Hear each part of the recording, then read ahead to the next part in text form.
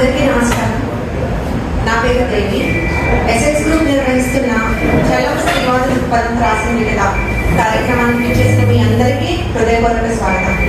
ఈరోజు ఇక్కడ ఇంతమందిని వేదిక మీద చూడడం నాకు చాలా సంతోషంగా ఉంది.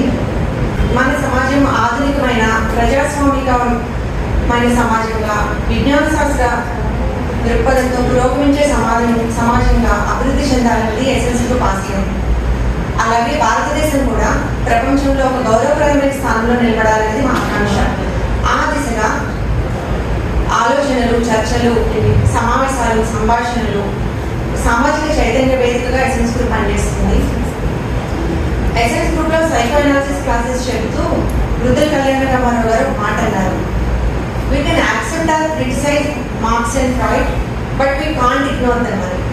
అలాగే తెలుగు సాహిత్యంలో ఆ మాట చలానికి సూట్ అవుతుందని అనిపిస్తుంది నాకు. We can accept or criticize Chalam but we can not ignore him. Chalam అంటే ఒక అసౌకర్యం చాలా మందికి. ఆయన సాహిత్యం మనం నమ్మే కుటుంబ వ్యవస్థను ప్రశ్నిస్తుంది, మనం గౌరవించే నైతిక విలువలను విచ్ఛిన్నం చేస్తుంది, అలాగే మనం సహజంగా అంగీకరించే జెండర్ రోల్స్ను అస్థిరం చేస్తుంది. అందుకే చలం సాహిత్యం చాలా మందికి అసౌకర్యాన్ని కలిగిస్తుంది. సంప్రదాయ సమాజాల్లో చలం వంటి రచయితలు ఒక ప్రశ్నలా కనిపిస్తారు. అండ్ మనకి చాలాసార్లు సాహిత్యం అంటే ఒక ఆహ్లాదాన్ని కలిగించే విధంగా, అసలు మనల్ని ప్రశ్నలు ఏమి అడగకుండా, మనల్ని ఏం డిస్టర్బ్ చేయకుండా ఉండాలని మనం అనుకుంటాం. కానీ ఇక్కడ హెర్బర్ట్ మార్కోసా చెప్పినట్టు లిబరేషన్ బిగిన్స్ విత్ నెగేషన్. అంటే మనం అంగీకరించి ఆచరిస్తూ వచ్చిన వాటిని నిరాకరించడంతో స్వేచ్ఛని ముందడుగు పడుతుంది. అచ్చంగా అక్కడ చలం సాహిత్యం మొదలవుతుంది. మనం సాంప్రదాయకంగా ఆచరిస్తూ వచ్చిన వాటిని మనం ప్రశ్నించడం, వాటిని అండూ చేయడం. ఇక్కడ ఒక ప్రశ్న మనం వేసుకోవాలి, మనది ఆధునిక సమాజమా లేదా ఆధునికత ముసుగులో ఉన్న సంప్రదాయ సమాజమా? ఈ ప్రశ్నలకి సమాధానాలు మనం కనుక్కోవడానికి, అలాగే చలం స్త్రీవాద దృక్పథం ప్రాసంగికత గురించి మనం మాట్లాడుకోవడానికి ఈ వేదిక మీద ఇక్కడ కలుసుకున్నాము. ఈ అంశాల గురించి కత్తి పద్మ గారు తన ఆలోచనలు మనతో పంచుకుంటారు. తర్వాత సచిరేఖ నుంచి లాలస్ వరకు చలం నవలా నాయకుల వ్యాస పరంపర అరణ్యకృష్ణ గారు రచించారు. ఆ పుస్తకావిష్కరణ కూడా జరుగుతుంది. పుస్తక పరిచయం తాటిశెట్టి రాజు గారు చేస్తారు. తర్వాత ఇంకొక విషయం మీరు అందరూ క్షమించాలి, అరణ్యకృష్ణ గారు కూడా ఈ కార్యక్రమానికి రావాల్సింది. అయితే ఆయనకి నిన్న కొంచెం ఒంట్లో నలుతగా ఉండడం వల్ల రాలేకపోయారు. ఈ కార్యక్రమం మీద ఆసక్తితో ప్రయత్నించారు, కానీ అసలు ఆరోగ్యం బాగాలేదు, దూర ప్రయాణం అని మేము కూడా వారించాము. అయితే ఆయన లైవ్లో ప్రోగ్రామ్ చూస్తున్నారు. తర్వాత మనతో ఆడియో కాల్లో కూడా మాట్లాడతారు. మిత్రులందరికీ సాయంత్రం శుభాకాంక్షలు. ఈ వేదికని తాటిశెట్టి రాజుతో పంచుకోవడం నాకు చాలా నచ్చింది. నేను చాలా సంతోషాన్ని వ్యక్తం చేస్తున్నాను. చలం మీద సాగిదారిలో ఉన్న తాటిశెట్టి రాజు ఉపన్యాసం కూడా నా తర్వాత ఉంటుంది. దానికోసం మీరు అంతా ఎదురు చూడండి, చాలా బాగుంటుంది. చలం సాహిత్యం చాలా మందికి అసౌకర్యంగా ఉంటుంది అని దేవి అనేది. అన్నింటికన్నా చలం గురించి మాట్లాడటం నాకు సౌకర్యవంతంగా ఉంటుంది. అంటే బాల్యం నుంచి యవ్వనంలో అడుగు పెట్టే దశలో ఆయన పరిచయాలన్నింటిలోకి చలం పరిచయం నాకు చాలా ఎక్కువ మార్గనిర్దేశం చేసింది. నేను క్రమశిక్షణతో ఉండకుండా చేయడంలో చలం పాత్ర చాలా గొప్పది. నాకు సమాజం పట్ల వినయ విధేయతలు నేర్పకుండా చేయడానికి చలం చేయాల్సిందంతా నాకు చేశాను.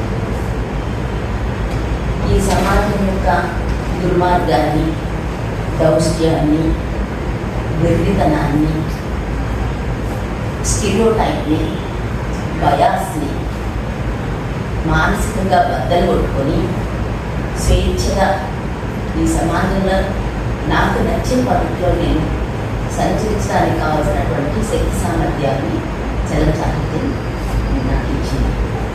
అందుకు చలాన్ని కృతజ్ఞత తెలియజేసుకుంటూ,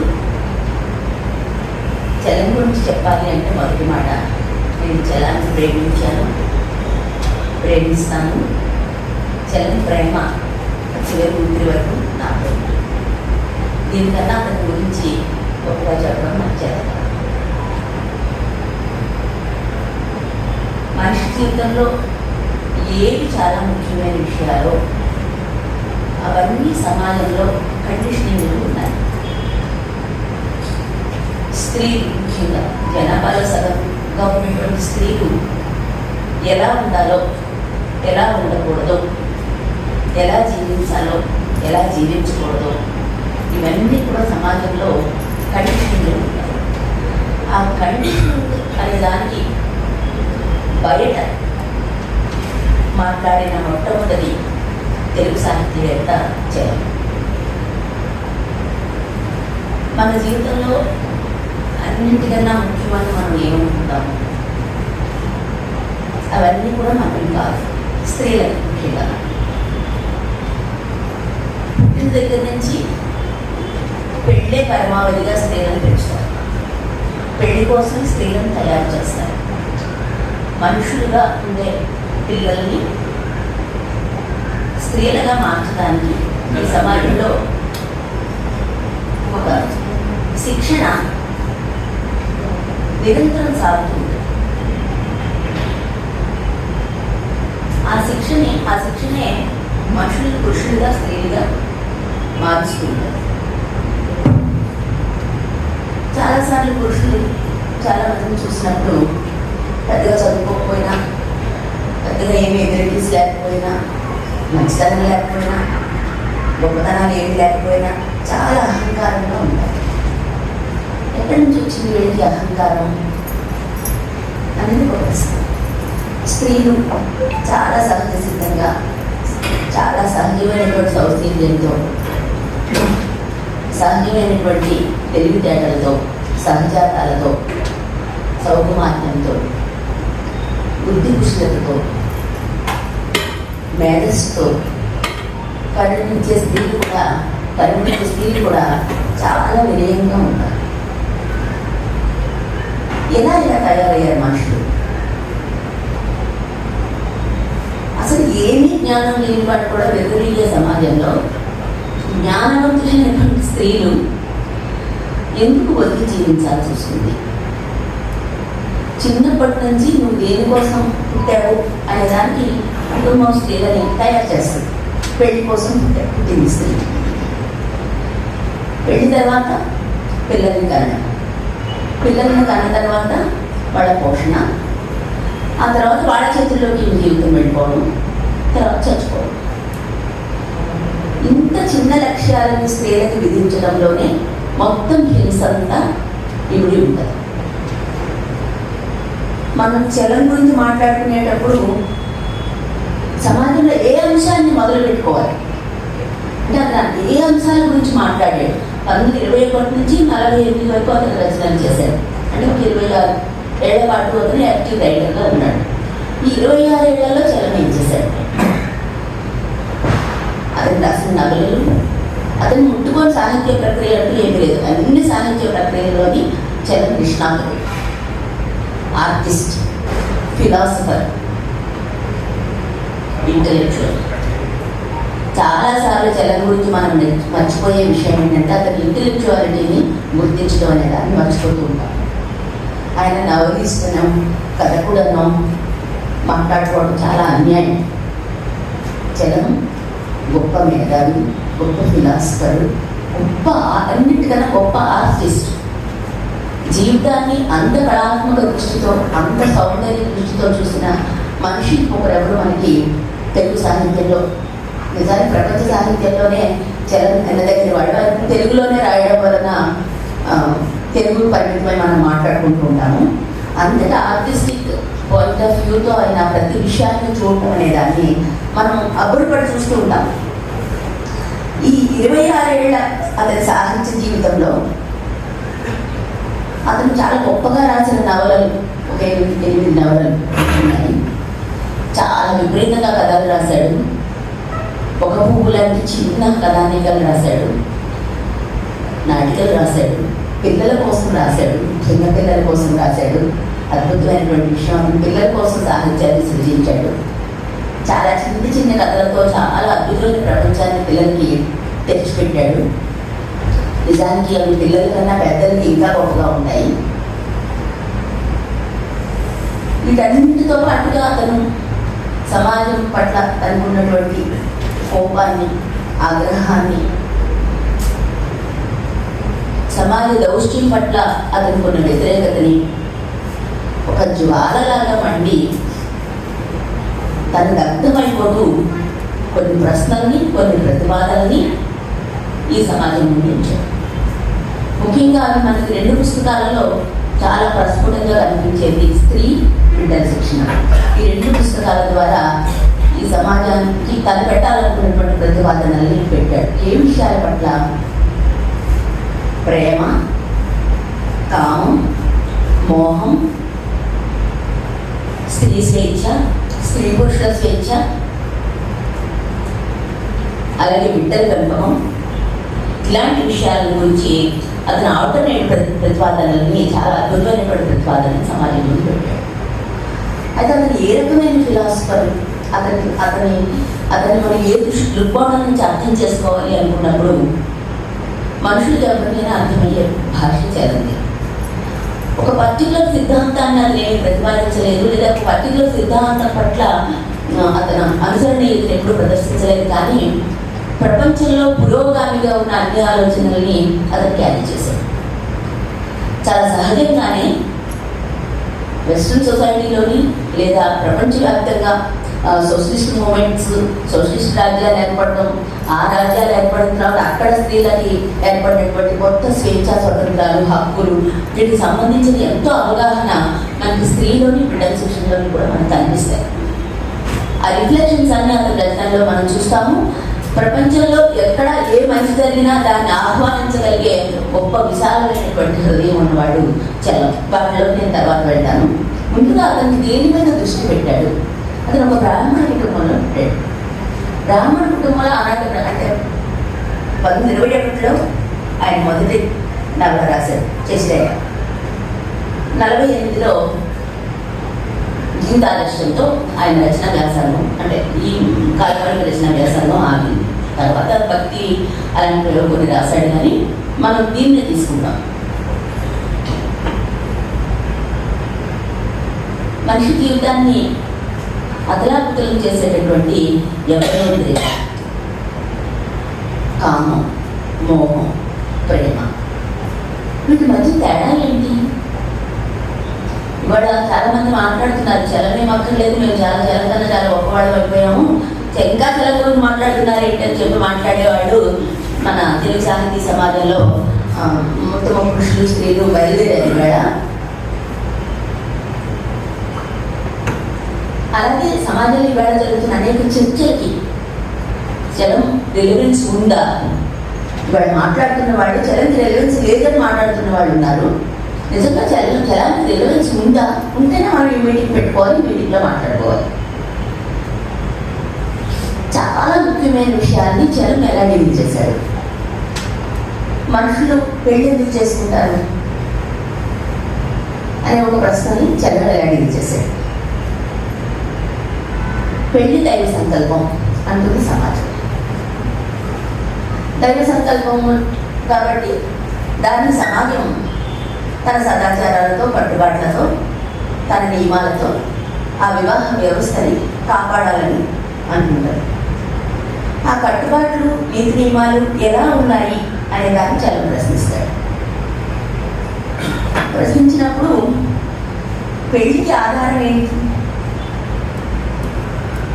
పెళ్ళి ఎందుకు అంటే సనాతన సమాజం ఏం సమాధానం చెప్తుందంటే ధర్మబద్ధంగా పిల్లల్ని కనడం కోసం,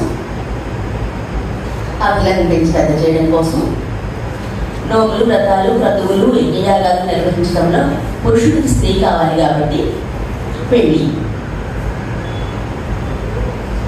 ఆ పెళ్లిలో కామం ఉంటుంది, లేకుంటే పిల్లలు పుట్టరు. ఆ కామం ఎలా ఉండాలి అంటే కామాన్ని ఒప్పుకుంది. ఆధ్యాత్మికత కానీ లేకపోతే సనాతనత్వం కానీ అన్నీ కూడా కామాన్ని ఒప్పుకున్నాయి. ధర్మార్థ కామమోక్షాల గురించి చర్చ ఉంది. కామం ఎలా ఉండాలి? పురుషుడికి ఉండాలి. అతనికి ఇష్టమైన రీతిలో, అతనికి ఇష్టమైన సమయంలో, అతనికి ఇష్టమైన పద్ధతిలో స్త్రీ తన కామాన్ని తీర్చుకోవాలి. అంతేతప్పటి స్త్రీకి స్వతసిద్ధంగా తన కామాన్ని తీర్చుకునేటటువంటి అవకాశం సమాజం ఇవ్వలేదు. 100 ఏళ్ల క్రితం చలం రచనలు చేసే నాటికి ఇంకా లేదు. కామమే పెళ్లికి పరమార్థం, పిల్లలను కనడానికి కామమే అవసరమైనప్పుడు అది స్త్రీ పురుషులిద్దరికి సమానంగా ఉండాలి కదా. స్త్రీకి ఎందుకు కామం నిషిద్ధం? ఒక జంటలో ఇద్దరు కలిస్తేనే ఆ సంబంధం ముందుకెళ్ళినప్పుడు అందులో ఒకరికి అన్ని హక్కులు, ఒకరికి ఏ హక్కు లేకపోవడం అనే దాన్ని చలం గట్టిగా నిలదీశారు. నిజానికి కామానికి పెళ్ళి అవసరమా? ఇద్దరు మనుషులు శారీరకంగా కలవడానికి పెళ్ళి అవసరమా అనే ప్రశ్న చలం వేస్తాడు. పెళ్లి దేనికి అన్నప్పుడు ఈ పెళ్లి ఏ పునాదుల మీద ఏర్పడింది అనే దాన్ని చర్చిస్తాడు. చాలా అద్భుతమైనటువంటి ఎనాలిసిస్ ఏం చేశాడంటే ఆయన, పెళ్లి అనేది స్త్రీలను పురుషదాస్యం చేయడానికి సమాజం ఏర్పాటు చేసుకున్న ఒక వేదిక. ఇదే మాటని కమ్యూనిస్టు నాయకుడైనటువంటి ఏంగిల్స్ కుటుంబం రాజ్యముఖలో ఆయన చర్చిస్తాడు. చర్చించినప్పుడు స్త్రీల గృహ బానిసత్వమే కుటుంబానికి పునాది. స్త్రీల గృహ బానిసత్వం నశించాలి అంటే మొత్తం సమాజం మారాలి. ఎలా మారాలి అనేది నేను తర్వాత మళ్ళీ చెప్తాను. సరిగ్గా ఏంగిల్స్ ఏది చెప్పాడో చలం ఎప్పుడు ఏంగిల్స్ చదివి ఉండడు. చలం కూడా లేదు. స్త్రీ బానిసత్వమే, గృహ బానిసత్వమే కుటుంబానికి పునాది. ఈ బానిస ఏం చేయాలి? కుటుంబంలో స్త్రీ పాత్ర ఏంటి అంటే భర్త దైవంతో సమానం. ఎందుకంటే పెళ్లి దైవ సంకల్పం కాబట్టి భర్త దైవంతో సమానం. దైవంతో సమానమైనటువంటి భర్త చేయాల్సిన ధర్మం ఏంటంటే భార్య అతన్ని ఎప్పుడు నిరాకరించకూడదు. అతన్ని పూజించాలి, సేవించాలి, అతనికి పిల్లల్ని కనాలి గర్భబద్ధంగా. ఆ వివాహానికి బయట ఆమెకి ఏ రకమైన ఇతర ఆకర్షణలు ఉండడానికి వీల్లేదు. ఇంట్లో పెద్దవాడికి సేవ చేయాలి, పిల్లలకి చాకరీ చేయాలి, వంట చేయాలి. దీనికి మరి ఎంపిక, వివాహానికి సంబంధించిన స్త్రీ పురుషులు ఎంపిక చేసుకునే అవకాశం ఉందా అంటే ఆనాటి సమాజంలో లేదు. ఒకవేళ ఎంపిక వరకు వచ్చి ఒకవేళ మాట్లాడుకోవాల్సి వస్తే ఆ ఎంపిక ఎలా ఉండాలి అంటే సౌందర్యం అనేది మున్నాడు ఉంచుతారు. కాబట్టి గుణగణాలను బట్టి జంటలు ఏర్పడాలనేది ఒక సిద్ధాంతం. ఏంట గుణగణాలు, ఏంట స్త్రీ గుణాలు అంటే ఎల్లప్పుడూ భర్తకి సేవ చేసేటటువంటి లొంగుబాటు, భర్త కొనిచ్చే నగలు చీరలు మోసే గాడిద గుణం, అలాగే ఇంట్లో పెద్దవాడికి ఎల్లప్పుడూ చాకరీ చేసేటటువంటి లొంగుబాటుతనం, తంటాడనే భయంతో కొడతాడనే భయంతో క్రమం తప్పని నిలిచాలి. ఈ గుణాలను వ్యతిరేకించినటువంటి స్త్రీ, ఈ గుణాలన్నింటినీ సంతరించుకున్న స్త్రీ సమాజానికి చాలా ఆమోదయోగ్యమైనటువంటి స్త్రీ. ఆమె పతివ్రతగాను, చాలా గొప్ప మనిషిగాను, చాలా సౌశీల్యవతిగాను ఈ సమాజం గుర్తిస్తుంది. అలా కాని స్త్రీలు ఉంటారు కదా, ఎవరు వాళ్ళు? భర్త చచ్చిపోయిన తర్వాత కామానికి ఆస్కారం ఇవ్వకూడదనే నియమం ఉన్నప్పటికీ కూడా ఏ బాల్యంతోనో, ఏ పక్కింటి వాడితోనో, ఏ పనివాడితోనో అనుకోని పరిస్థితుల్లో సంబంధం ఏర్పడి గర్భం ధరించి ఆ గర్భం నుంచి చచ్చిపోయినటువంటి ఆ అభాగ్యురాలని పాపాత్మరాలు ఉంది సమాజం. కామం అందరికీ కామన్ అయినప్పుడు, పెళ్లిలోనే కామం తీర్చుకోవాలనుకున్నప్పుడు పురుషుడికి ఉన్నటువంటి పునర్వివాహ అవకాశం స్త్రీలకు ఇవ్వనటువంటి ఈ సమాజం భర్త చనిపోతే ఆమెను వాళ్ళని విధవరాడడం చేసి వాళ్ళని అనాకారం చేసి వాళ్ళకి సరైన తిండి పెట్టకుండా ఇంటి చాకరీ చేయించుకుంటూ వాళ్ళ కోరికలకి వాళ్ళ జీవితానికి వాళ్ళ స్వేచ్ఛకి ఎటువంటి అవకాశం లేనటువంటి ఒక దుర్భరమైనటువంటి చెరసాలలో స్త్రీలకు బంధించినటువంటి ఒక దుర్మార్గమైనటువంటి సమాజాన్ని చలం ప్రశ్నిస్తాడు. 1000 గొంతుకలతో ప్రశ్నిస్తాడు. మరి ఇంత విశాలమైన ప్రపంచంలో కోళ్ళగూడ లాంటి ఇళ్ళని కట్టి ఆ ఇళ్లలో ఆడవాళ్ళని బంధించి కర్ర పట్టుకొని వాళ్ళతో ఇంటి చాకరీ చేయించే హక్కుని గమనించాడా అని చలం ఈ సమాజం యొక్క దుర్బుద్ధిని దుర్న్యాయాన్ని చాలా ఆగ్రహంతో ప్రశ్నిస్తాడు. అలాగే స్త్రీలకి విద్యని నిరాకరించడం, ఈ సమాజం జ్ఞానాన్ని నిరాకరించడం, పబ్లిక్ లైఫ్ను నిరాకరించడం, పిల్లల మీద హక్కుని నిరాకరించడం, ఇంటి మీద హక్కుని నిరాకరించడం. ఏ భర్త కన్నా కోపం వస్తే ఫస్ట్ అనే మాట ఏంటంటే ఆ ఇంట్లో చెడిపోంటాడు, ఆ గుమ్మంలో చెడిపోంటాడు. ఆ గుమ్మానికి రోజు కడిగి ముగ్గులు పెట్టి పసుపు రాసి ఆ గుమ్మాన్ని ఒక దేవుడిగా భావించే స్త్రీ ఆ పురుషుడితో విభేదం వస్తే ఆ గుమ్మం వదిలి పెట్టుకోవాలి. అయినప్పటికీ కూడా ఆ చూరు పట్టుకుని బయటనే స్త్రీ తప్పుతుంది. సరే నువ్వు పొమ్మన్నావు కదా నేను పోతాను అని వెళ్ళిపోయే స్త్రీ తిరుగుతుంది. లేదా నువ్వు వెళ్ళిపోమనే వరకు నేను నీ గుమ్మంలో ఉంటాను, నేనే వెళ్ళిపోతానని చెప్పనుకునే స్త్రీ ఇప్పటికీ తిరిగిపోతే. అందుకే చలం ఇప్పటికీ తెలివండి. ఏ కారణం చేతైనా భర్తతో విడిపోయిన స్త్రీ ఈ సమాజానికి కూడా వేరే, ఈ సమాజానికి కూడా ప్రశ్నే. కుటుంబానికి బయట జీవించేటటువంటి, వివాహానికి బయట జీవించేటటువంటి స్త్రీ ఈనాటికి సమాజానికి ప్రశ్నార్థకమే. ఈనాటికి సమాజానికి ఆమె మీద చాలా తీవ్రమైనటువంటి సందేహమే. అందుకే చలం రిలవెంట్, ఎప్పటికీ రిలవెంట్. వివాహం బయట మనుషులకి మనం ఏంజల్స్, మళ్ళీ నేను ఏంజల్స్లో పెడతాను. ఏంజల్స్ స్త్రీ పురుషుల ప్రేమ గురించి రాస్తూ ఏమంటాడంటే సామీప్యత, శారీరక సౌందర్యం, భావాల సామీప్యత ఉన్న వాళ్ళ మధ్య ప్రేమ వికసించే అవకాశాలు ఉంటాయి. అది ఏ సమాజానికైనా వర్తించేది. చలం కూడా ఏం చెప్తాడంటే ప్రేమే అని ఏంజల్స్ ఇంకో మాట కూడా చెప్తాడు. ప్రేమ పెళ్లి పునాది అయినప్పుడు, అదే నీతి అయినప్పుడు, ప్రేమ రద్దయిపోయిన తర్వాత ఆ వివాహాలు రద్దయిపోవడం కూడా నీతే. మన కమ్యూనిస్ట్ ఏంజల్స్ చదవరు కాబట్టి కమ్యూనిస్టు సమూహాలుగా జరిగే చర్చల్లో భర్తలను వదిలేసినటువంటి స్త్రీలు లేదా ఎక్కువ మంది పురుషులతో సంబంధాలు ఉన్న స్త్రీల గురించి చర్చ చాలా తరచుగా సాగుతూ ఉంటారు. కానీ గురుగారు ఏంజల్స్ అలాంటి స్త్రీలందరినీ ఎప్పుడూ న్యాయం చేస్తారు. కమ్యూనిస్ట్ ప్రణాళికలో కూడా స్త్రీల గురించిన చర్చ, స్త్రీ పురుష సంబంధాల గురించిన చర్చ ఉంది. కుటుంబంలో పురుషుడు యజమాని అయితే స్త్రీ కార్మిక వర్గం అని కారణం మార్చి చెప్తారు. సరిగ్గా చలం అదే విషయాలని తన రచనల ద్వారా తెలియజేశారు. అందుకని స్త్రీ పురుషుల మధ్య కుటుంబంలో ఉండేటువంటి వైరుధ్య పరిష్కారం ఎలా?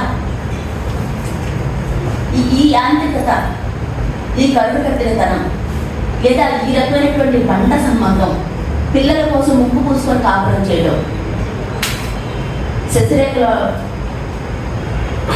అంటది శశిరేఖ. రోజు పొద్దున్న రాత్రి అతని మొహం నేను, నా మొహం అతను చూసుకుని ప్రతి రాత్రి కలిసి తర్వాత ఒకరికొకరు అసహ్యం అయిపోయి ఒకరికొకరు చీదర పుట్టేటటువంటి సంబంధంలో నేను ఉండను అంటది.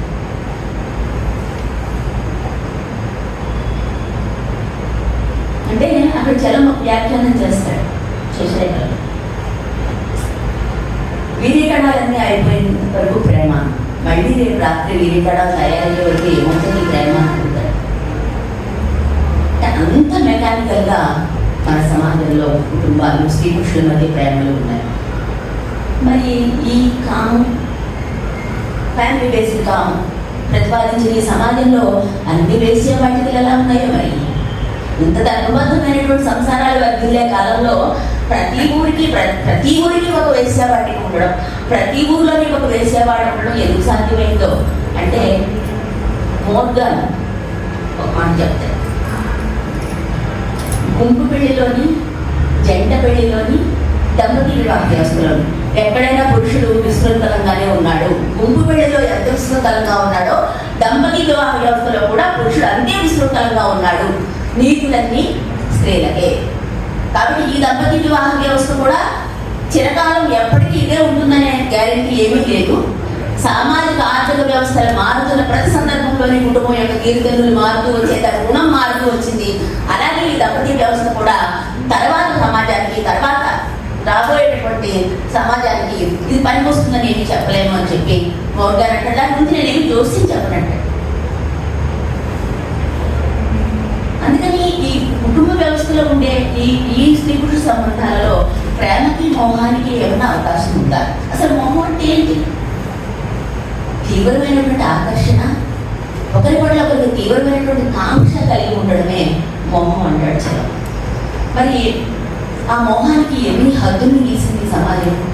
ఎవరి మీద మోహం కలుగుతుందో తెలియదు. చాలా మంది మామూలు పిచ్చి పిచ్చి సినిమాలకి పిచ్చి పిచ్చి డైలాగులు రాసేవాళ్ళు కూడా చెప్తారు. ఎవరి మీద ప్రేమ మోహం అనుకుంటే ప్రేమ అంటారు. ఎవరి మీద ప్రేమ కలుగుతుందో తెలియదు కాబట్టి ఆ సమయానికి పాపం ఆడపిల్లలు ప్రేమలో పడిపోతున్నారని చెప్పి సినిమాలో కూడా పిచ్చి డైలాగులు రాస్తారు. కానీ మనం మాట్లాడుకోవాల్సింది నిజమే. మోహం ఎవరి మీద కలుగుతుంది? ఎవరి మీద కలగాలి? ఏ మోహం రైటు, ఏ మోహం తప్పు?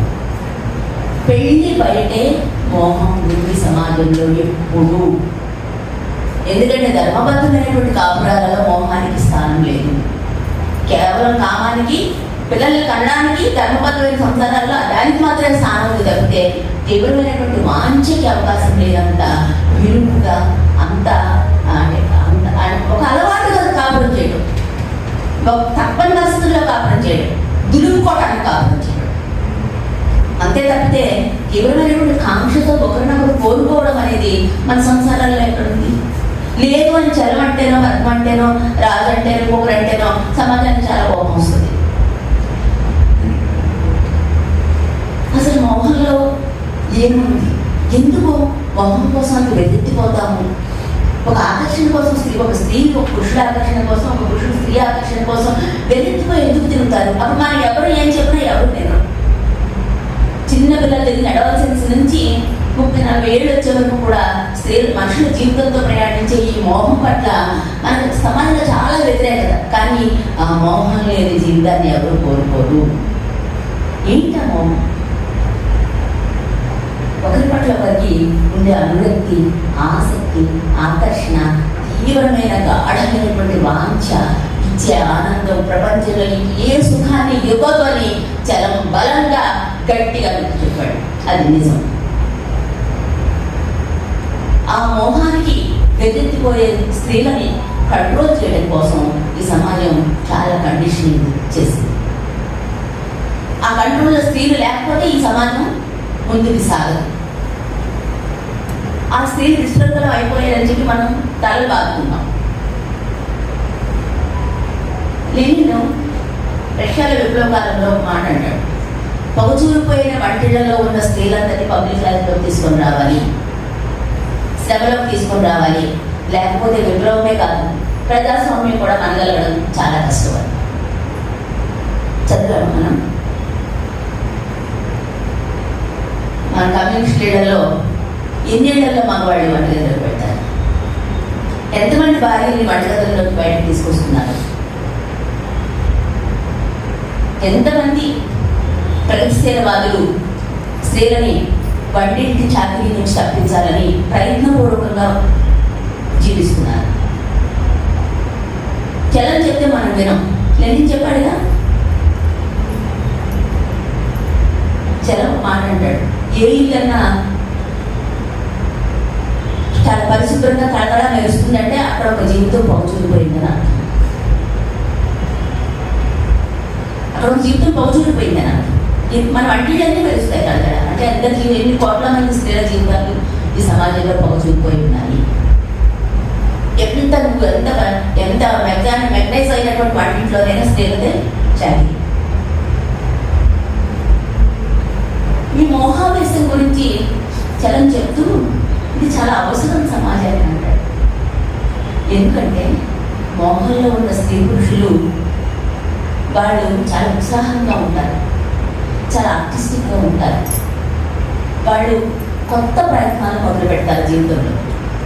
అలాగే వాళ్ళు ఉత్సాహంగా సమాజంలో చాలా విషయాలు మార్చాలనుకుంటారు. ఒకరి ప్రేమను ఒకరు పొందడానికి అర్హత కోసం వాళ్ళు చాలా గొప్ప లక్షణాలను సంతరించుకోవడానికి ప్రయత్నపూర్వకంగా కృషి చేస్తూ ఉంటారు. ఇటువంటి యువతి యువకులు ఉన్నటువంటి సమాజంలో చాలా గొప్ప పనులు జరుగుతాయి అని అంటాడు. మనమేమనుకుంటామంటే వీడు ప్రేమలో పడ్డాడంటే వీడు విప్లవానికి పనికిరాడు, వీడు ప్రేమలో పడ్డాడంటే వీడు చదువు పనికిరాడు, వీడు ప్రేమలో పడ్డాడంటే వీడు ఉద్యోగానికి పనికిరాడు. ఇవన్నీ ఇది మన వయస్సు. చలం ఏమంటాడంటే ఆ తీవ్ర మోహావేశంలో ఉన్న స్త్రీ పురుషుల వల్లనే సమాజంలో చాలా గొప్ప కార్యాలు ముందుకు సాగుతాయి అని చెప్పి చలం చెప్తాడు. అలాగే ఆ మోహావేశంలో ఉన్నటువంటి స్త్రీ పురుషుల నుంచి గొప్ప కళలు ఉద్భవిస్తాయి, చాలా అద్భుతమైనటువంటి కళారూపాలు ఉద్భవిస్తాయని కూడా చలం చెప్తాడు, నమ్మాడు, చెప్పాడు.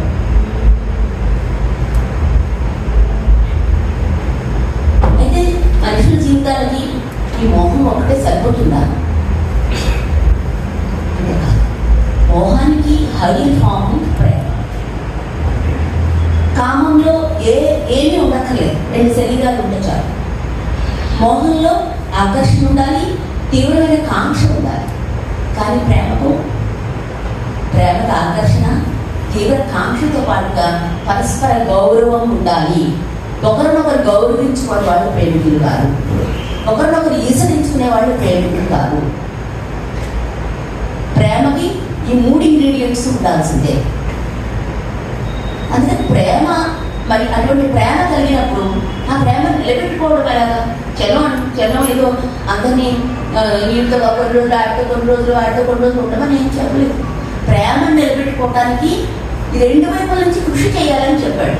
ఒకవేళ ఆ ప్రేమికులే జంటగా జీవించాల్సి వస్తే ఆ జంట ఎలా ఉండాలనే దాన్ని కూడా చెప్పాడు. ఆ జంట ఎలా ఉండాలంట? ఇద్దరు ఒకరినొకరు ఎప్పుడు గౌరవించుకోవాలి, ఎవరి పని వాళ్ళు చేసుకోవాలి, ఎవరి పని వాళ్ళు చేసుకోవాలి. ఇద్దరు ఉదయాలు సాయంత్రాలు వెన్నెలలోని వ్యాఖ్యానికి వెళ్ళమన్నాడు. ఇద్దరు సాంఘిక కార్యకలాపాలలో సొసైటీలలో మెంబర్స్గా ఉండి అందులో చేయాల్సిన పనులన్నీ చేయాలంటాడు. ఇంకా ఇద్దరు కలిసి సంగీతం వినండి, ఇద్దరు కలిసి లలిత కళలని ప్రోత్సహించండి అని. అవన్నీ కాక ఇంకేం చెప్తాడంటే,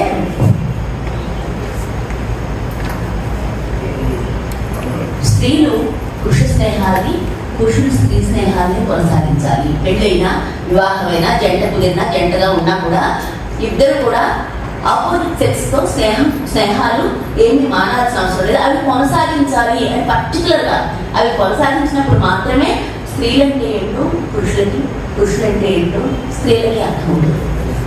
అదర్వైజ్ రోజు ఒకడే కనిపిస్తాడు, మంచోడు చెడ్డవాడు అంతే, అతనే పరిచయం అవుతాడు. అతన్నే ప్రేమించాలి, అతన్నే ద్వేషించాలి, అతనితో నుంచి చిరాకుపడాలి, అతన్నే కోపపడాలి, అతన్నే అసహించుకోవాలి. కానీ 4 పురుషుల్ని ఆ స్త్రీ చూడటం అంటూ, పరిచయం అంటూ, జరగడం అంటూ సంభవిస్తే ఆ ఇంటరాక్షన్లో, ఆ షేరింగ్లో అసలు జీవితం అంటే ఏంటి, ఇంతమంది మనుషుల్లో మంచి ఉంటుంది, చెడ్డ ఉంటుంది, స్వభావాల్లో తేడాలు ఉంటాయి. ఇవన్నీ కూడా స్త్రీలు గ్రహించగలుగుతారు. అలాగే పురుషులు కూడా స్త్రీలలో వేరియేషన్స్ వాళ్ళు కూడా గ్రహించగలుగుతారు. అప్పుడు జీవితం సంపూర్ణంగా ముందుకు సాగుతుంది. ఇన్ని మాటలు వద్దు, ఇద్దరు స్వేచ్ఛగా ఉన్నప్పుడు మాత్రమే ఇద్దరి మధ్య ప్రేమ సాధ్యం అవుతుంది. సంపూర్ణమైన స్వేచ్ఛని అనుభవించగలిగే స్త్రీ పురుషుల మధ్య ప్రేమ మాత్రమే ముందుకు సాగుతుంది, అదే నిలబడుతుందని చెప్పి చలం చెప్తాడు. ఇది నిలబడటానికి ఖచ్చితంగా ప్రయత్నాలు సాగించాలి అని అంటాడు. అయితే చాలాసార్లు స్త్రీలు ప్రేమ పేరుతో అయోగ్యులకి మనసిస్తారు. వాడికి ఏ యోగ్యత ఉండదు. మా పురుష ప్రపంచాన్ని అందరినీ కల్పించడం చాలా వెటకరించాడు. మా పురుషులు ఏంటంటే ఒక నిజమైనటువంటి ప్రేమపూర్తి ప్రేమని దక్కించుకోగలిగే అర్హత లేని మగవాళ్ళ క్లబ్ మా పురుష ప్రపంచం అన్నాడు. అందుకని ఈ మగవాళ్ళ క్లబ్ నుంచి ఎవరన్నా ఒక పురుషుడిని ఎంచుకోవాల్సి వస్తే ఆ పురుషుడు ఎవరు కావాలి, ఎలాంటి వాడు కావాలి అంటే తన ప్రేమని పొందగలిగే ఉదాత్తమైనటువంటి మనసు కూడా లేదా, ఉదాత్తమైనటువంటి జీవన విధానం ఉందా లేదా అనేది స్త్రీలు ఎంచుకోగలగాలి. ఎంపిక చేసుకోవడానికి, భర్తను ఎంపిక చేసుకోవడానికి అవకాశం లేని సమాజంలో చలం ప్రేమికుడిని ఎలా ఎంపిక చేసుకోవాలని చాలా ముందుకు వెళ్ళి చెప్పాడు.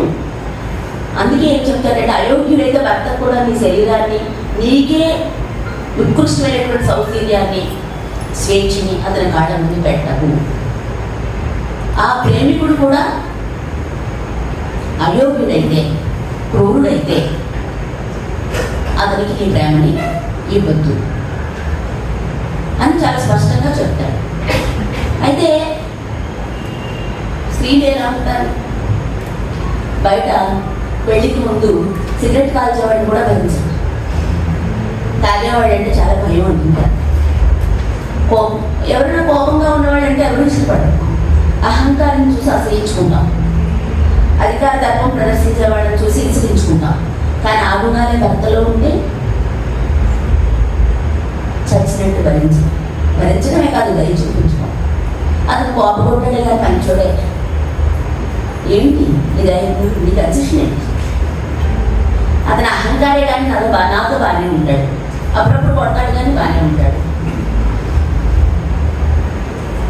చలం ఎంత అద్భుతంగా చెప్తాడు కొన్ని విషయాలు. తామరతూడు లాంటి ఆమె చేతులను చూసి ఆమె కౌగుల్లోకి వెళ్ళాలని ఆతృతపడిన పురుషుడు ఆ తర్వాత ఆ చేతుల్ని కందిపచ్చని రుగ్గే సాధనాలుగా ఎంచుతాడు. అలాగే మేరు బంగారం లాగా మెరిసిపోయే స్త్రీ దేహాన్ని చూసి ఎప్పుడు కౌగిలించుకుంటానా అని చాలా వెంపర్లాడిపోయినటువంటి పురుషుడు ఆ తర్వాత ఆమె వంటగదిలో చాకరీ చేస్తుంటే అమ్మయ్య వేళకు తిండి దొరుకుతుంది, అలాగే పని మనిషికి ఇవ్వాల్సినటువంటి డబ్బులు మిగిలాయని చెప్పి అనుకుంటాడు. అంత అల్పుడు పురుషుడు. అందరూ కాదు, ఏమనుకోకండి, అంత అల్పుడు పురుషుడు. అందుకని అలాంటి అల్పులకి మన శరీరాలని, హృదయాలని, ఆత్మలని, స్వేచ్ఛని, మన సౌశీల్యాన్ని, మన సౌందర్యాన్ని అయాచితంగా కట్టబెట్టడం అనేది అది ఎంత ఆత్మహత్య సదృశ్యం. స్త్రీలు ఎందుకు ఎంత అయాచితంగా వాళ్ళ ప్రేమల్ని, శరీరాలని పురుషులు జాగ్రత్తం చేస్తారంటే సమాజం యొక్క కండిషన్. సమాజం వాళ్ళని అలా తీర్చిదిద్దు. భర్త పూజ్యుడు, అతనికి ఇవ్వాల్సింది అతను అడిగేవన్నీ అని కండిషన్ చేయడం వలన స్త్రీలు ఈ ఆలోచనల నుంచి బయటకు వచ్చినటువంటి స్త్రీని చలం తన నారికలుగా తన నవలల్లోని, కథల్లోని మనకు పరిచయం చేస్తాడు. అలాగే అందరు స్త్రీలు ఇలాగే ఉంటారా? ఇంత అమాయకులుగా, ఎంత అంటే సమాజం ఏం చెప్తే అది వినేలాగా ఉంటారంటే ఉండరు. పురుషుడి కన్నా దిక్కులు వేయగలిగే స్త్రీలు, పురుషుల కన్నా అబద్ధాలు ఆడగలిగేవాళ్ళు, పురుషుడి కన్నా బాగా మోసం చేయగలిగేవాళ్ళు, తన లోపల ఏముందో సమాజానికి ఎక్కడ ఆచూకీ ఇవ్వకుండా నటించగలిగే స్త్రీలు ఈ సమాజంలో మంచి గుర్తింపు పొందారు. కానీ సత్యాన్ని, ప్రేమను, స్వేచ్ఛని కాంక్షించే స్త్రీలు ఈ సమాజంలో అధోగతి వాళ్ళు. వాడు ఏ పని చేసినా వాడికి సమాజంలో గౌరవం మాత్రం ఉండదు. సమాజం యొక్క నాటకీయతలో భాగం కాని స్త్రీలు సమాజానికి మెరుగవుతారు. సమాజం యొక్క నాటకీయతలో భాగం వేయడాన్ని మరింత రక్తి కట్టించగలిగే స్త్రీలు సమాజంలో తప్పకుండా గుర్తింపు అవుతారు. ఇది చలం ఇంత అలవోకగా చెప్పిన విషయాలు కాదు. అతను రగిలిపోయాడు, జ్వలించాడు. తన ఆలోచనలతో ఈ సమాజంతో యుద్ధం చేశాడు. ఆ యుద్ధంలో ఆ జ్వాలలో అతనికి పుట్టినటువంటి సత్యాలని అతని ఈ సమాజానికి విప్పుకడికల్లాగా అందజేశాడు. ఈ ఈ ప్రేమ, మోహం, కామం ఇవే చెప్తాడా ఎంతసేపు? చలానికి ఏం పని లేదా? ఇవేనా జీవితానికి అని చెప్పి అనుకున్నప్పుడు ఆయన చాలా సైద్ధాంతికమైనటువంటి విషయాలను కూడా అద్భుతంగా తెలియజేశాడు. మోనోగమి గురించి మాట్లాడతాడు. ఈ సమాజంలో కొంతైన క్రమబద్ధత రావడానికి మోనోగమి కొంతవరకు ఉపయోగపడింది అంటాడు. స్త్రీ పురుషుల మధ్య ఒక ఐక్యత, శాంతి సాధించడానికి మోనోగమి కొంతవరకు ఉపయోగపడింది. అలాగే పిల్లల పెంపకానికి మోనోగమి, దంపతి వివాహ వ్యవస్థ పిల్లల పెంపకానికి కొంతవరకు ఉపయోగపడిందని చెప్తూ ఎందుకు మోనోగమి విధించాల్సి వచ్చింది సమాజానికి? ప్రభుత్వాలే కనుక పిల్లల రక్షణ బాధ్యత, పిల్లల చదువు బాధ్యత, పిల్లల పెంపకం బాధ్యత కొంతవరకు తీసుకుంటే మనుషులు మోనోగమిలో కొట్టుకు చావరు కదా. పిల్లల్ని పెంచడం కోసం, అమ్మ ఎందుకు నీ భర్త నిన్ను అంతగా కొడుతున్నాడు, అంత బాధ పెడుతున్నాడు అని చెప్తున్నావు కదా, వదిలేయచ్చు కదండి. పిల్లల్ని ఎలా పెంచుతానండి? పిల్లల్ని పెంచుతారు, పిల్లల తండ్రి కావాలి కదండి. ఈ ప్రశ్న ప్రతి ఒక్క స్త్రీ చెప్తుంది, ప్రతి ఒక్క స్త్రీ. ఇదే సమాధానం. అంటే వివాహాలు గంజి కేంద్రాలా? పెళ్ళిళ్ళు గంజి కోసమా? స్త్రీల గెంజిపోయడానికి ఏర్పాటు చేసిన కేంద్రాలా? అంతకన్నా అక్కడ వివాహంలో ఇంకేమీ లేదనమాట. ఎవరైనా భర్తకి ఈ భార్య చచ్చిపోతే పాపం రేపు నుంచి తనకు భోజనం ఎలాగో. అంటే స్త్రీలు ఎందుకున్నారనేది స్పష్టంగానే చెప్తారు సమాజం. వండి పెట్టడానికి భార్య వండి పెట్టేది అప్పటి వరకు.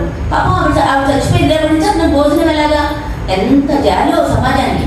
అదే ఒక భర్త చచ్చిపోయినటువంటి భార్యను చూసి పాపం ఎలా పోషిస్తారో, ఈవిడ ఎవరు పోషిస్తారో, అన్నదమ్ములు పంచడం చేరాలా, ఇవి మాట్లాడుకుంటారు. కానీ ఎప్పటి నుంచి ఈవిడ అన్నం ఎవరు వండి పెట్టాలని ఎవరు మాట్లాడుకోరు కదా.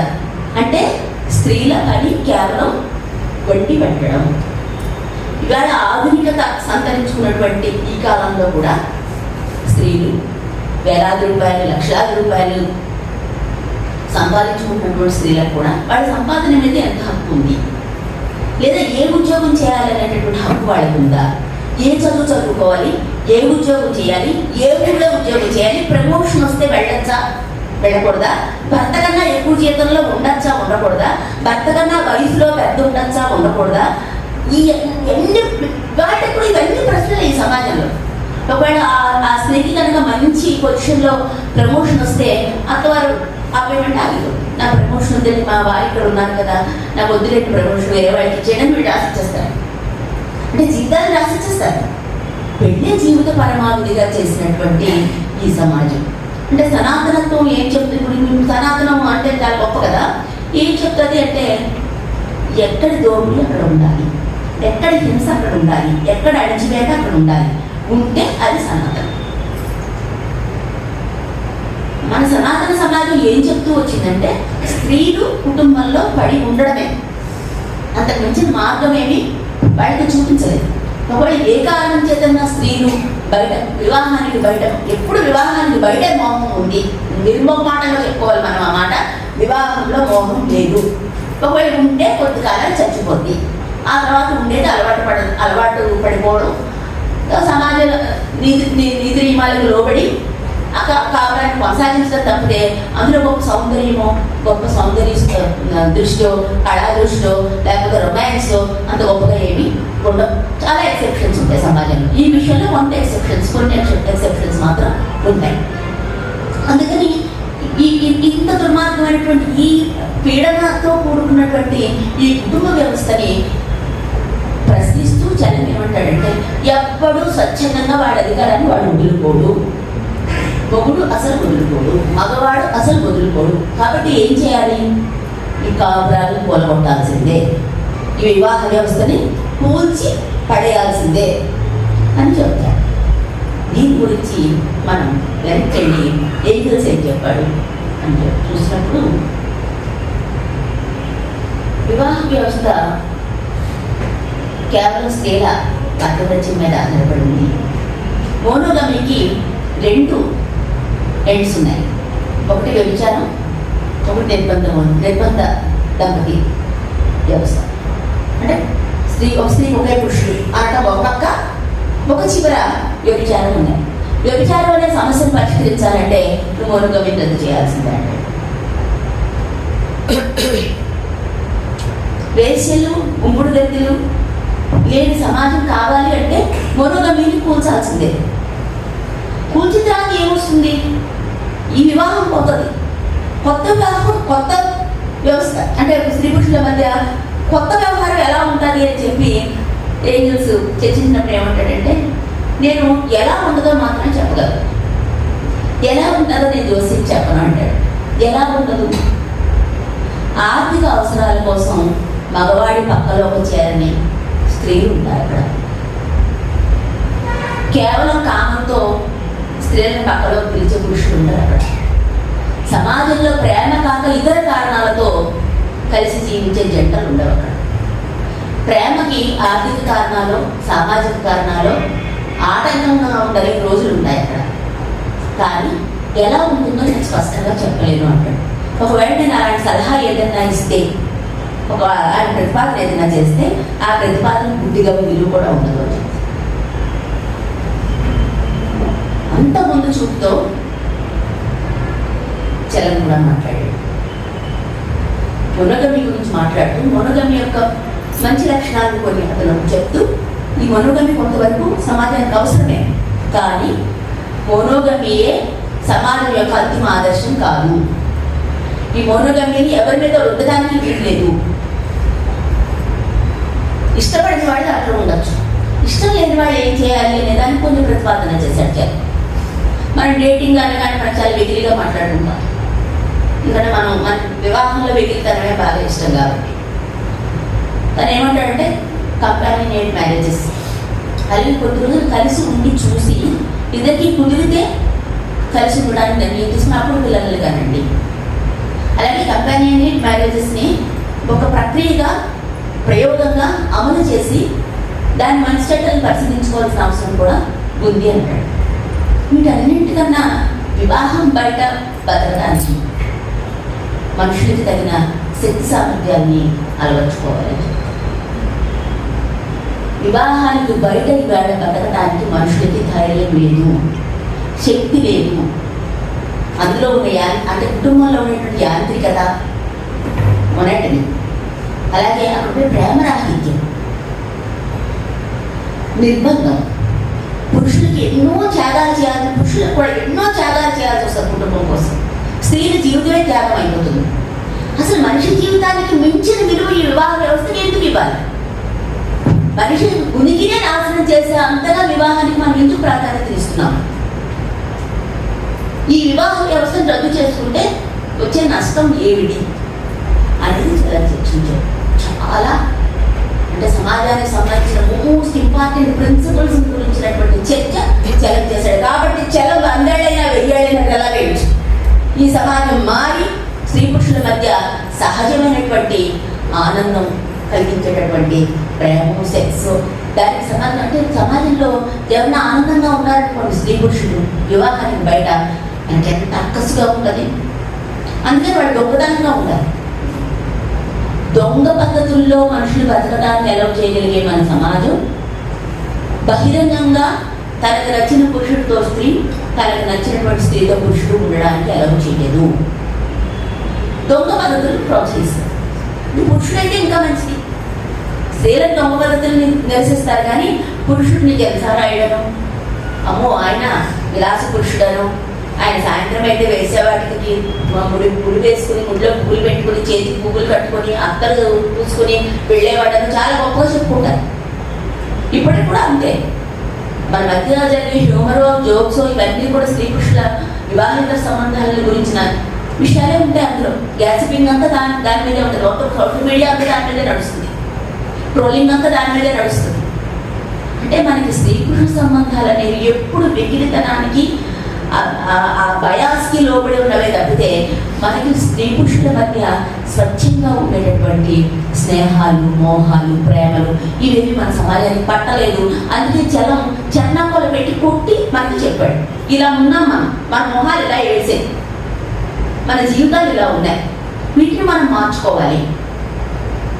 ఏ పురుషుడికైనా స్త్రీ స్వేచ్ఛగా వచ్చి తన పక్కలకు వస్తే చాలా సంతోషమే. ఆ స్వేచ్ఛ పౌరానికి జయ్యి అంటాడంట పురుషుడు. భలే మాట్లాడతాడు చలం.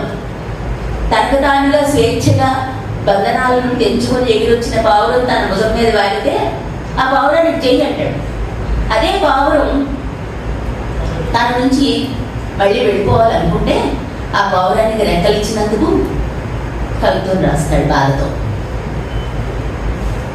ప్రియురాలైనా భార్య అయినా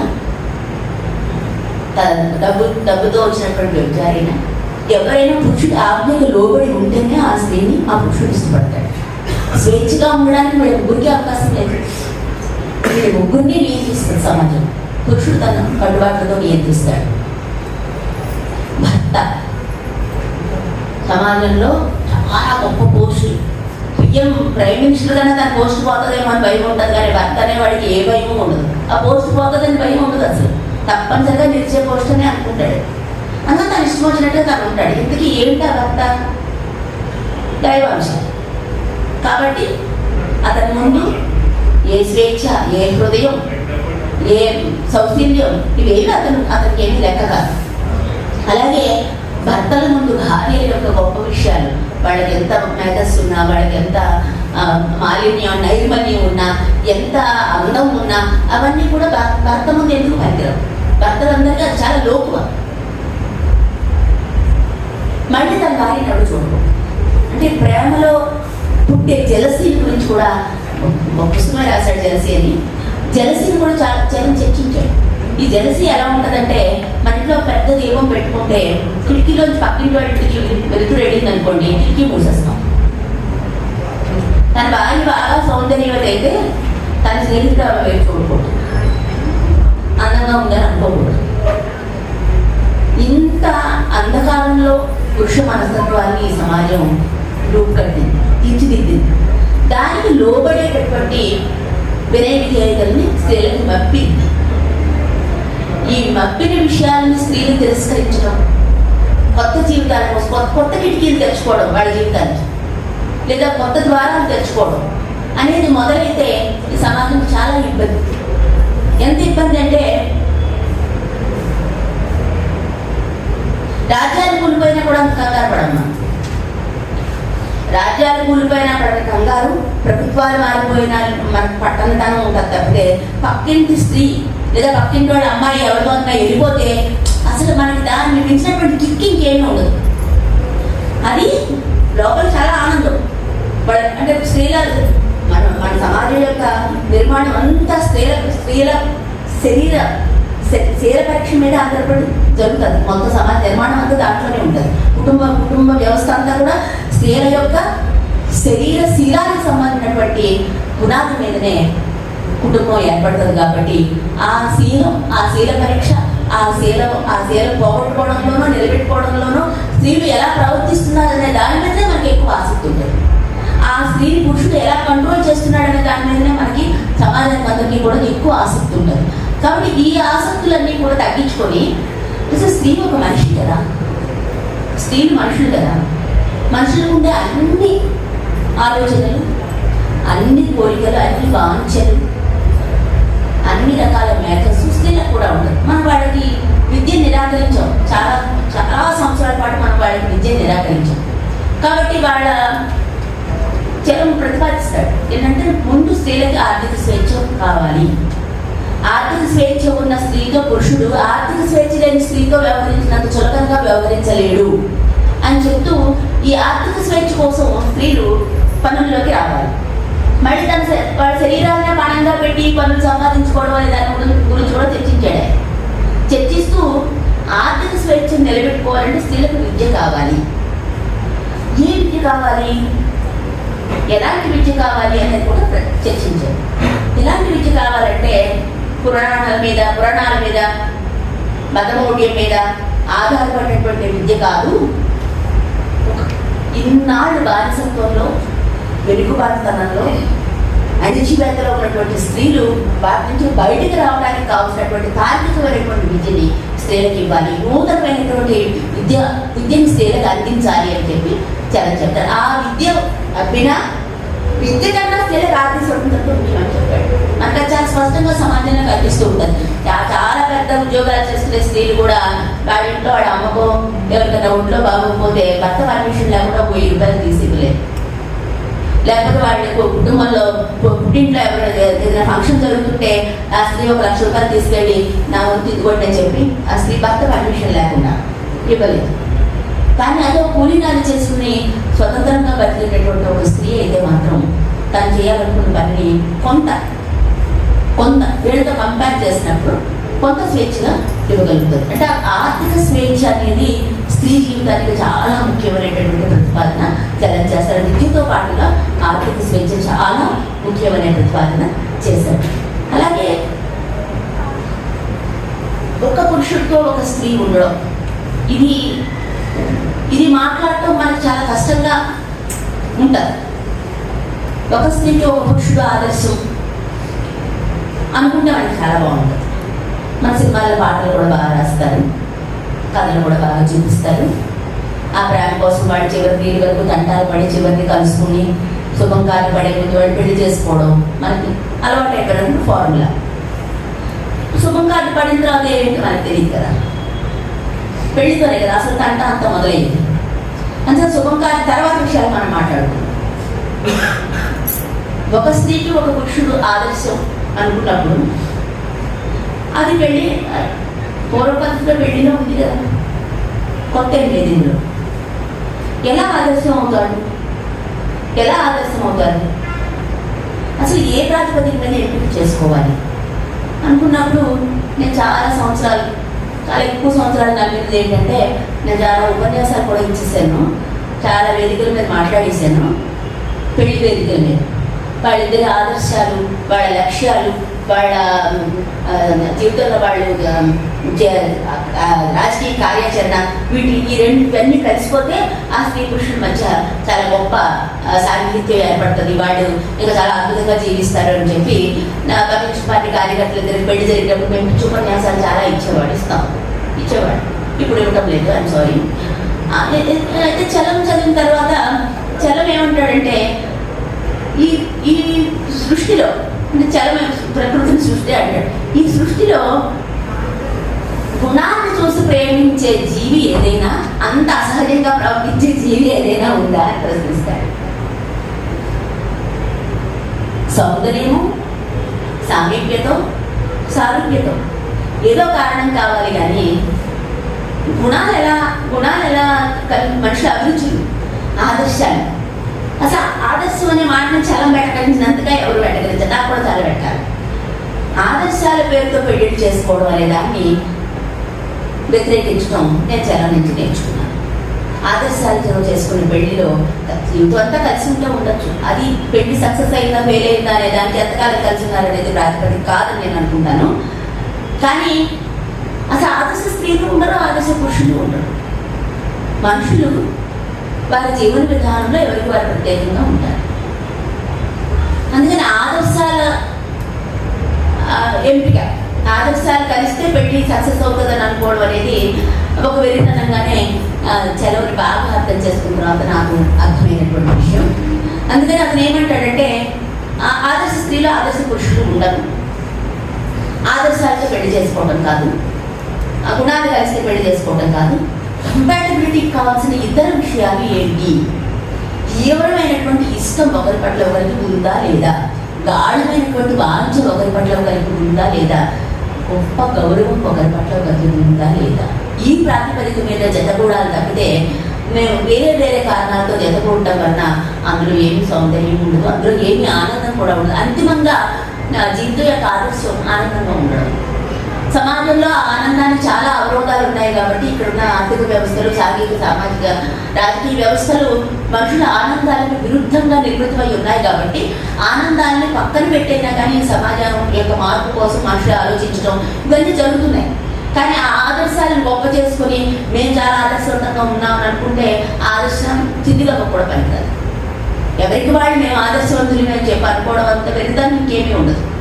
కాబట్టి ఈ ఎంపికలోని, ఈ ప్రేమ వ్యవహారాల్లోని, మోహ వ్యవహారాల్లోని ఇది ఏది ప్రాతిపదిక అనే దాన్ని చాలా బాగా చర్చించాడు. చాలా సహజమైనటువంటి పద్ధతిలో తను చర్చని నడిపాడు. అలాగే పిల్లల పెంపకం, పుడతారు పిల్లలు ఎలా పెంచాలి, చిన్న ఒక్క మాట చెప్తాను, నేను చాలా టైం తీసుకున్నాను. మీకు పిల్లల్ని పెంచడం కన్నా ముఖ్యమైన పనులు ఏవి లేనప్పుడు పిల్లల్ని కనండి అని చెప్పాడు. అంతేగాని పిల్లల్ని కనేసి ఇంకా వేరే పనుల మీద తిరుగుతూ వేరే వ్యవహారాలే చాలా ముఖ్యం అనుకున్నప్పుడు పిల్లల్ని కనడం పోస్ట్పోన్ చేసుకోండి లేదా ఆపుకోండి అని చెప్తాడు. పిల్లల కోసం అతను ఎంత అందంగా ఆలోచిస్తాడో, అతను నిజంగా అతనిలో అద్భుతమైనటువంటి మనిషి బిడ్డల శిక్షణలో మనకు కనిపిస్తాడు. ప్రతి ఒక్క విషయాన్ని ఎంత శాస్త్రీయంగా ఎంత జాగ్రత్తగా ఆలోచించి రాశాడు అని. అలాగే స్త్రీలకు సంబంధించి కూడా కేవలం స్త్రీలను రెచ్చగొట్టేసాడు చలం, స్త్రీలని ఇటు పారిపోమన్నాడు, లేచిపోమన్నాడు, వెళ్ళిపోమన్నాడు, ఇలా అర్థం చేసుకోవడం అంత మూర్ఖత్వం ఇంకొకేమీ ఉండదు. అలా అర్థం చేసుకోవడం చాలా తప్పు. అతను స్త్రీలను ఎంత బాధ్యతగా ఉంటాడంటే అవాంఛిత గర్భం రాకుండా ఎలాంటి జాగ్రత్తలు తీసుకోవాలో స్త్రీ పుస్తకంలో ఒక చాప్టర్ ఉంది. అవాంఛిత గర్భం వస్తే దాన్ని మొరటి పద్ధతులకు వెళ్లకుండా ఏ రకంగా తొలగించుకోవచ్చు అనే దాన్ని కూడా అతను చాలా శాస్త్రీయమైన పద్ధతుల్లో చిన్న చిన్న పద్ధతుల్లో అతను సూచించాడు. స్త్రీలకి చాలా గట్టిగా ఆ విషయాలను ప్రతిపాదించాడు. అది ఎంత గొప్ప ఈ కాలానికి కాదు. ఇప్పుడు అబార్షన్ అనేది ఇండికేటెడ్ చాలా ఈజీ, టాబ్లెట్స్ ద్వారా అవుతుంది. ఏదైనా నర్సింగ్ హోమ్కి వెళ్తే ఎవరికి తెలియకుండా కూడా చేంజ్ చేసుకోవచ్చు. కానీ ఆ కాలంలో 1921లో రాశాడు స్త్రీ.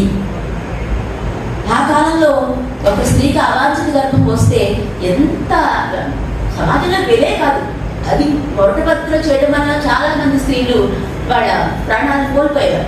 అటువంటి పరిస్థితుల్లో స్త్రీలకి అవాంఛిత గర్భానికి సంబంధించినటువంటి జ్ఞానాన్ని ఇవ్వాలని అనుకున్న ఒక తండ్రి లాంటి వాడు చలం ఈ సమాజానికి గురువు కాదు, తండ్రి. అతను చాలాసార్లు చాలా బాధ్యతగా ఆలోచిస్తాడు.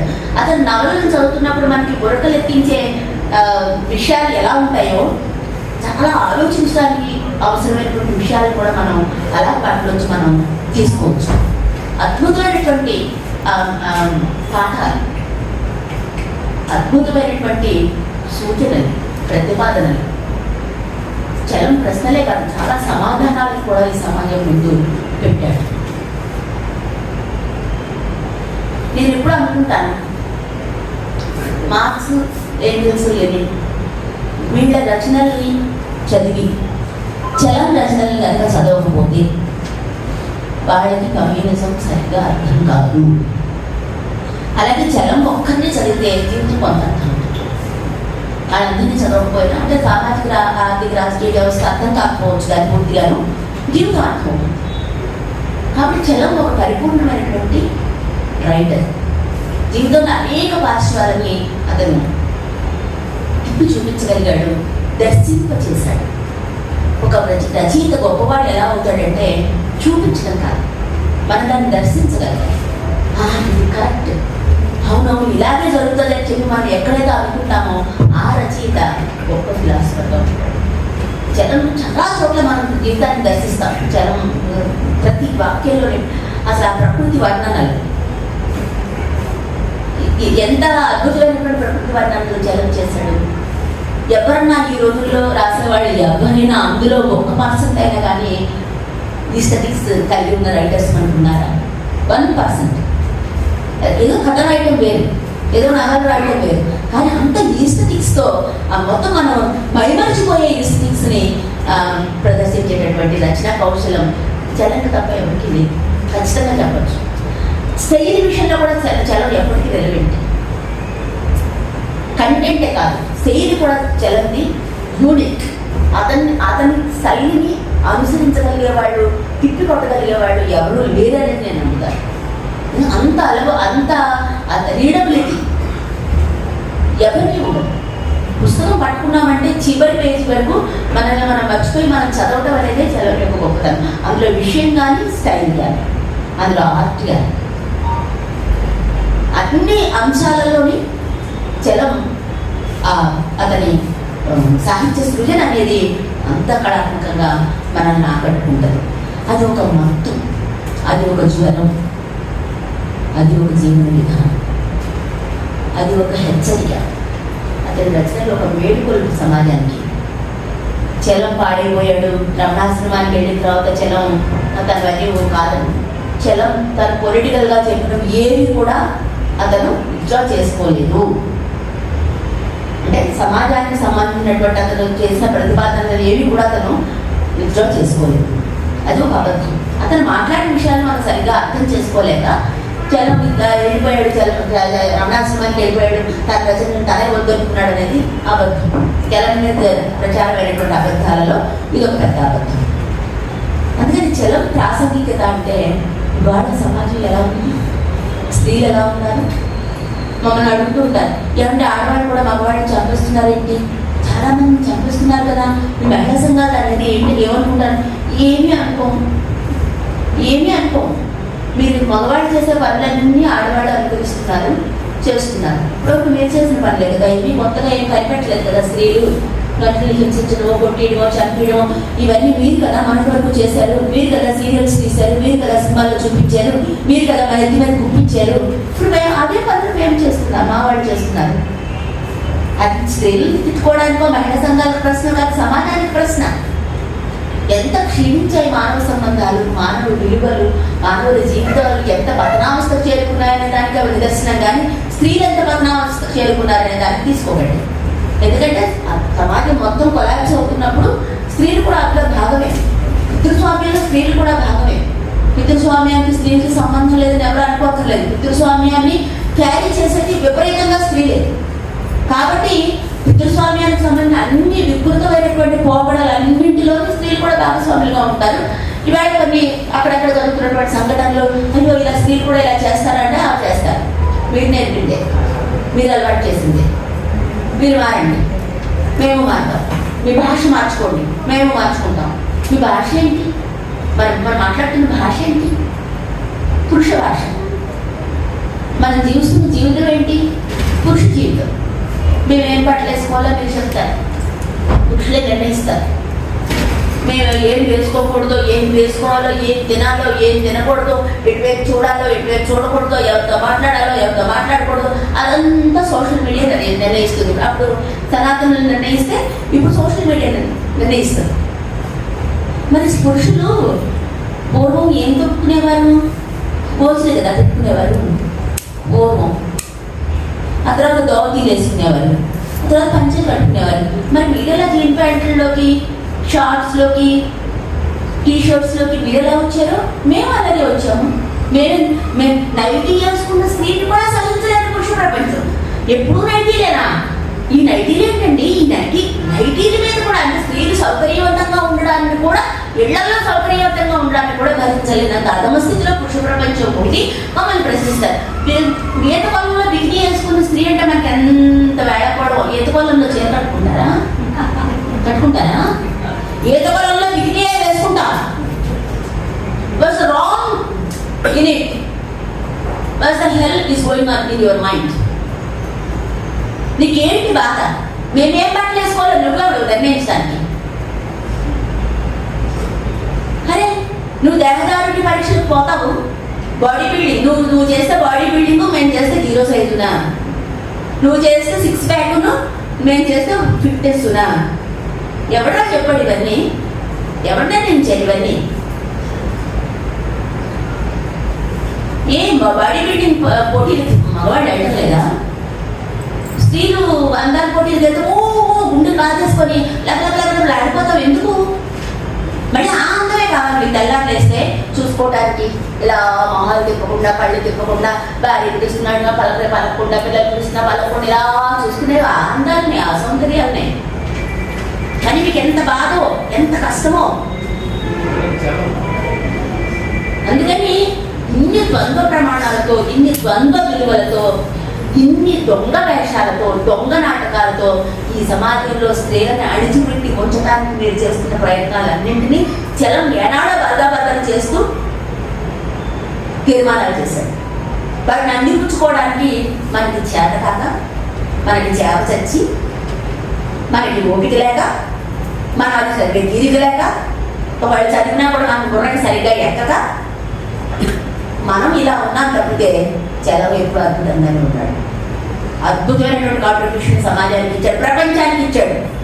అతను తెలుగులోనే రాయొచ్చు, కానీ నా దృష్టిలో చలం, ఏంజల్స్, మోర్గాన్, లెనిన్ లాంటి వాళ్ళ సరసని నిలబడగలిగేటటువంటి శక్తి, చావ ఉన్న మహిళా పక్షపాతి, ప్రజాస్వామికవాది, ప్రజాస్వామిక కుటుంబాలు, ప్రజాస్వామిక స్త్రీ పురుష సంబంధాల కోసం పరికల్పించినటువంటి జనాన్ని మనం వాళ్ళ సరస్సుని చేర్చడానికి నాకేం అభ్యంతరం లేదు. అంటే పాలిటిక్స్లో చెప్పడం లేదు. కుటుంబం ఈ ఈ వివాహ వ్యవస్థ వీటికి సంబంధించిన ప్రతిపాదనలో వాళ్ళతో సరసమానంగా నిలవగలిగేటటువంటి పొటెన్స్ ఉన్నటువంటి వ్యక్తి చలం. అందుకని చలంని సగౌరవంగా ఈ సమాజం ఎదుర్కోవాలి.